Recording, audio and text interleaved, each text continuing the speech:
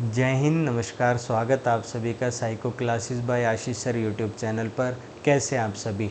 आज जो हमारा टॉपिक है वो हमारा टॉपिक है पर्सनैलिटी पार्ट 3। हम पार्ट 2 ऑलरेडी कर चुके हैं। फर्स्ट पार्ट में हमने पर्सनैलिटी का मीनिंग और उसके करैक्टरिस्टिक्स पढ़े थे, टाइप थ्योरी पढ़ी थी। सेकंड पार्ट में हमने ट्रेट थ्योरी और टाइप एंड ट्रेट थ्योरी पढ़ी थी। और आज हम अपनी साइकोडायनामिक अप्रोच पढ़ेंगे, यानी कि हमारा फोर्थ प्रिंसिपल। अगर साइकोडायनामिक अप्रोच की बात करें तो ये दी थी सिगमंड फ्रॉइड ने, जिसमें इन्होंने चेतना, जो हमारा कॉन्शियसनेस होता है, उसके ऊपर इन्होंने फोकस किया था। उसके लिए इन्होंने एक थ्योरी दी थी जिसका नाम है साइको एनालिटिकल थ्योरी, मनोविश्लेषणात्मक सिद्धांत। अगर मनोविश्लेषणात्मक सिद्धांत की बात करें तो ये था हमारा सिगमंड फ्रॉइड, जिसमें इन्होंने कहा था कि जो हमारे इमोशंस हैं, इमोशंस की जो प्रॉब्लम है वो हमारे निकलती है चेतना की वजह से। इन्होंने चेतना पर फोकस करा था, जो हमारा कॉन्शियसनेस है उसके ऊपर इन्होंने फोकस किया था। चेतना हमारी इन्होंने टोटल 3 टाइप्स की बताई थी और उसी के आधार पर इन्होंने पर्सनैलिटी को 3 पार्ट में डिवाइड किया था। अगर मैं बात करूं, हमारा इन्होंने एग्जाम्पल क्या दिया था? इन्होंने एग्जाम्पल दिया था बर्फ़ का पहाड़ जो पानी में तैरता है। यानी कि आप घर में पानी का एक गिलास रखिए, उसमें एक बर्फ़ का टुकड़ा डाल दीजिए। बर्फ़ का टुकड़ा मैक्सिमम 90% पानी के अंदर ही रहता है और एक छोटा सा हिस्सा हमें पानी के बाहर दिखाई देता है। तो वो जो छोटा सा हिस्सा पानी के बाहर दिखाई देता है वो 10% है, और पानी के अंदर वाला जो हिस्सा है वो हमारा 90% है। उसी के बेस पर इन्होंने अपनी चेतना, जो कॉन्शियसनेस के पार्ट है, लेवल्स हैं, वो बताए थे। फर्स्ट लेवल इन्होंने बताया था कि जो हिस्सा पानी के अंदर रहता है वो होता है हमारा अचेतन मन, और जो पानी के सतह को टच करता है वो होता है हमारा चेतन मन, और जो पानी के ऊपर रहता है वो होता है हमारा अर्धचेतन मन। यानी कि 3 पार्ट बताए थे। फर्स्ट है हमारा चेतन, सेकंड है हमारा अचेतन, और थर्ड हमारा अर्धचेतन मन। अगर हम बात करें लेवल की तो टोटल 3 थे। फर्स्ट है हमारा चेतन, यानी कि कॉन्शियसनेस। कॉन्शियसनेस की अगर हम बात करें तो एक ऐसा टाइप जो प्रतिदिन जागरूक रहते हैं, यानी कि हमें इंस्टेंट अगर कोई जानकारी चाहिए होती है तो हम अपने माइंड में उसको इंस्टेंट किसी के सामने बोल देते हैं। जैसे कि हमारी कोई इच्छा होती है, जैसे मैं आज बोल दूं कि मुझे लाल किला जाना है, तो वो इंस्टेंट मेरी कोई इच्छा शक्ति है। या मैं आज ही डिसीजन ले लूं कि हम DSSB का कंप्लीट सिलेबस पढ़ेंगे, तो यानी कि वो इंस्टेंट मैंने एक अपना डिसीजन लिया है, वो मैंने इंस्टेंट एक अपना फैसला लिया है। तो कॉन्शियसनेस का मतलब होता है ऐसी हमारे थॉट या ऐसी हमारी मेमोरी में सेव हुई मेमोरी बातें, जिसको हम इंस्टेंट तुरंत याद कर लेते हैं और पुनः उनको याद करते रहते हैं। जैसे पर्सनैलिटी आपने याद किया है, वो आप अपने कॉन्शियस माइंड में रखेंगे, और ये रखने के बाद जैसे ही इसमें से क्वेश्चन आएगा, आप क्विक तुरंत उसको क्वेश्चन को टिक कर देंगे कि ये इसका ऑप्शन बी इसका आंसर हुआ।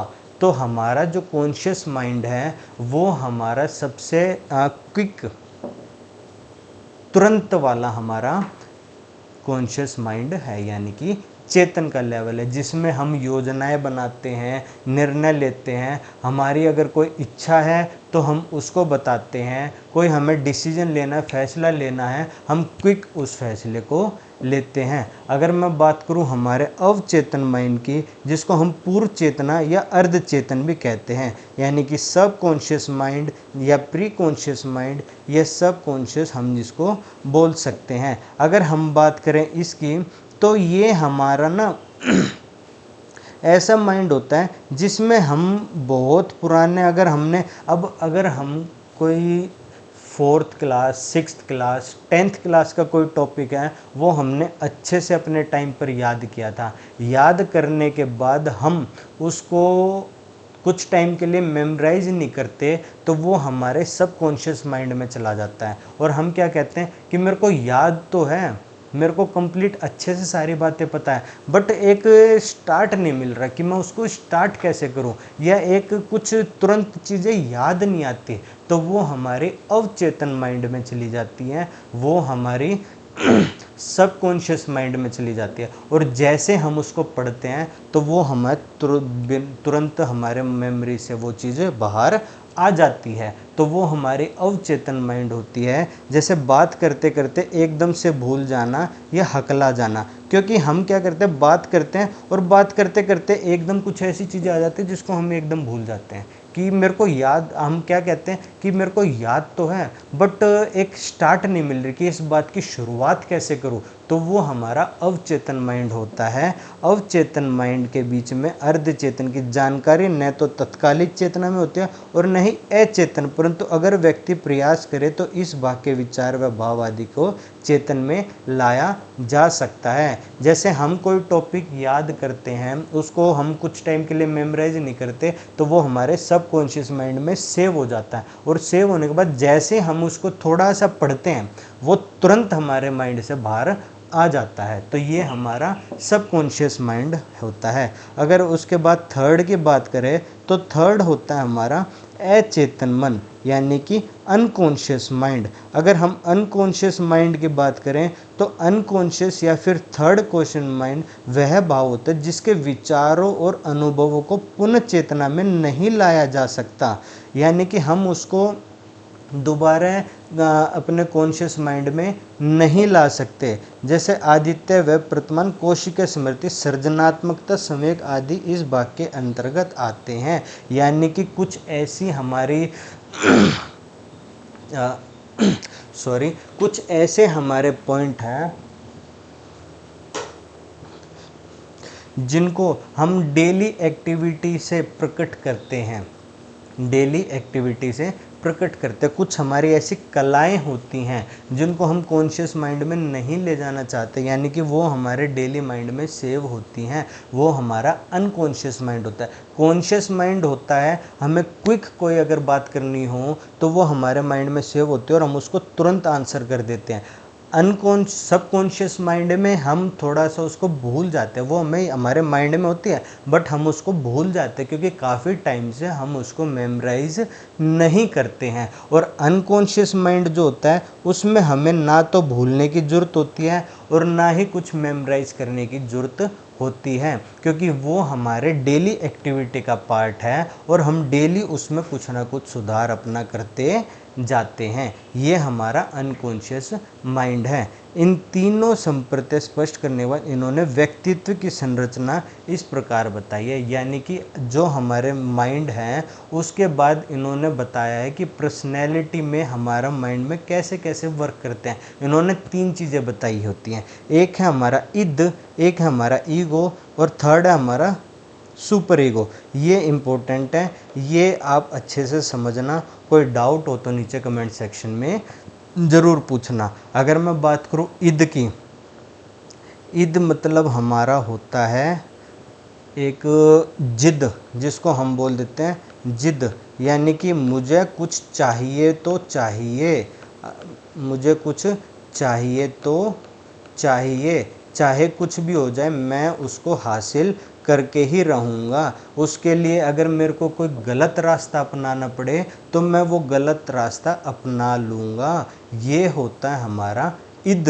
अगर मेरे को भूख लगी है और मेरे पास पैसे नहीं हैं और मेरे को खाना किसी से छीन कर खाना है, या मेरे को अगर एक मैं कह सकता हूँ मार दूँ या हाथापाई कर लूँ तो भी मेरे को खाना है तो खाना है, उसके लिए मैं कोई भी रास्ता अपना सकता हूँ। इद का मतलब आप आसान भाषा में समझ लीजिए जिद, किसी भी चीज़ की जिद। जैसे छोटे बच्चे नहीं करते, उनको खिलौना चाहिए तो चाहिए, जब तक खिलौना नहीं मिलेगा वो रोएंगे, खाना नहीं खाएंगे, पानी नहीं पिएंगे, सोएंगे नहीं, लेकिन रोएंगे रोएंगे बहुत रोएंगे जब तक वो खिलौना उनको नहीं मिल जाता है। और एक बार उनको खिलौना मिल गया तो वो सेटिस्फाई हो जाएंगे। तो छोटे बच्चों बच्चों की वो जो जिद होती है वो ईद के अंदर आती है, यानी कि खाना चाहिए तो चाहिए। इसके अब ये जो छोटे बच्चों का एग्जाम्पल है, ये हम बड़े बच्चों में अगर ट्रांसफ़र कर लें, बड़े व्यक्तियों में अगर हम ट्रांसफ़र कर लें,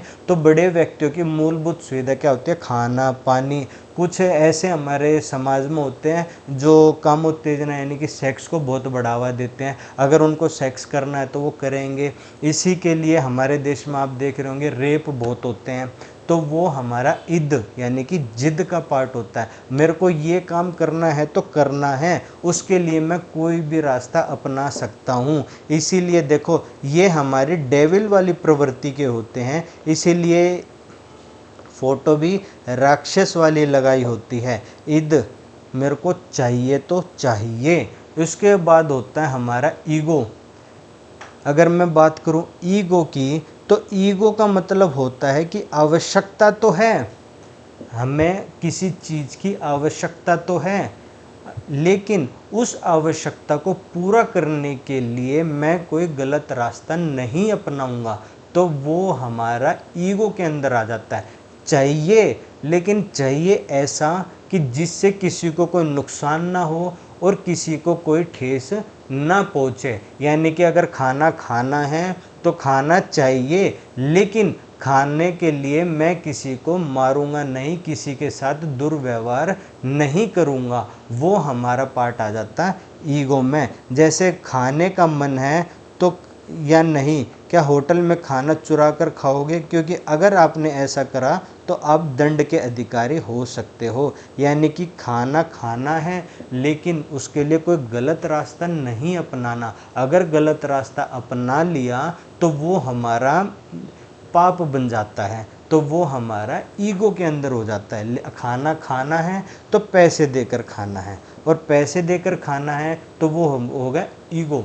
फर्स्ट हमारा इद, जिद। खाना है तो खाना, उसके लिए किसी को मार भी दूँ, लेकिन ईगो खाना है लेकिन पैसे देकर खाना है, वो होता हमारा ईगो। अगर उसके बाद हम बात करें, वो एक थर्ड होता हमारा सुपर ईगो। अगर मैं सुपर ईगो की बात करूं तो इसमें आप फोटो में देखिए, फोटो में क्या दिखा रखा है कि लाइक अ एंजल, परी की तरह फोटो दिखाई हुई है। यानी कि मोरालिटी, जो इंसान को बचपन में मोरल, नैतिक शिक्षा, मोरल वैल्यूज़ दिए जाते थे, उनकी हमेशा इज्जत करना, ईमानदारी से रहना, झूठ नहीं बोलना, अपनी इच्छाओं को इतना सीमित कर देना कि उसकी वजह से कोई भी कानून ना टूटे, किसी की भावनाओं को ठेस ना पहुँचे, वो होता है हमारा सुपर ईगो। यानी कि परा अहम में, यानी कि आत्मा की पुकार की तरह होते, जो हमेशा बात की चेतावनी देते कि व्यक्ति को हमेशा दृढ़ता के साथ सही मार्ग अपनाना चाहिए। सही मार्ग, जैसे एक अच्छा व्यक्ति क्या करता है? अच्छे व्यक्ति को पता है कि क्या सही है क्या नहीं है। वो जब भी घर से बाहर स्कूटी लेकर निकलेगा, हमेशा हेलमेट लगा कर निकलेगा, क्योंकि पता है अगर हेलमेट नहीं लगाया और बाय चांस एक्सीडेंट हो जाता है तो उसकी जान भी जा सकती है। अगर पुलिस ने पकड़ लिया तो चालान भी कट सकता है। यानी कि ऐसे व्यक्ति जो हमेशा मोरल वैल्यूज़ को अपने साथ में लेकर चलते हैं, वो हमारे सुपर ईगो, परा अहम में आते हैं। फर्स्ट है हमारा इद, इद का मतलब जिद। सेकंड है हमारा ईगो, ईगो का मतलब हमारा ये काम करना है लेकिन ये काम पैसे देकर करना है, या ये काम हमें कानून के दायरे में रहकर करना है। और थर्ड है हमारा सुपर ईगो, जहाँ पर हम हमेशा अपनी मोरल वैल्यूज़ को साथ में लेकर चलते हैं। जैसे कि खाना चोरी करना आता है, लेकिन सोचता चोरी करना गलत काम है,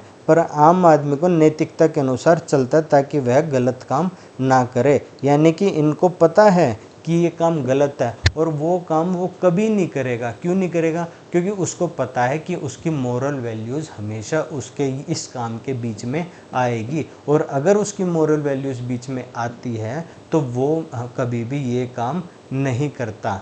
तो ईद, ईगो और सुपर ईगो के बीच का फ़र्क आपको समझ में आया। ईद का मतलब होता है हमारा, हम आसान भाषा में अगर समझे तो ईद का मतलब होता है हमारा जिद। ईद का मतलब होता है हमारा जिद, और ईगो का मतलब होता है हमारा करना है, लेकिन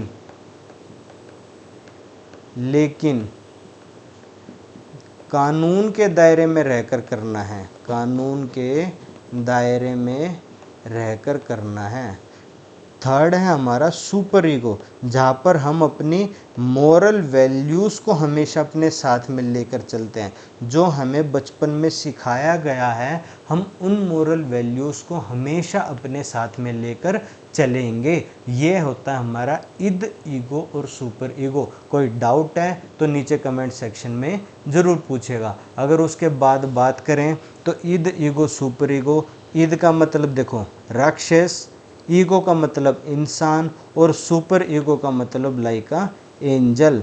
फ्रॉइड के अनुसार बच्चों में जन्मजात ही लैंगिक ऊर्जा होती है, यानी कि लिबिडो। ये लिबिडो क्या होता है, आप इस लिबिडो को भी ध्यान से समझिएगा।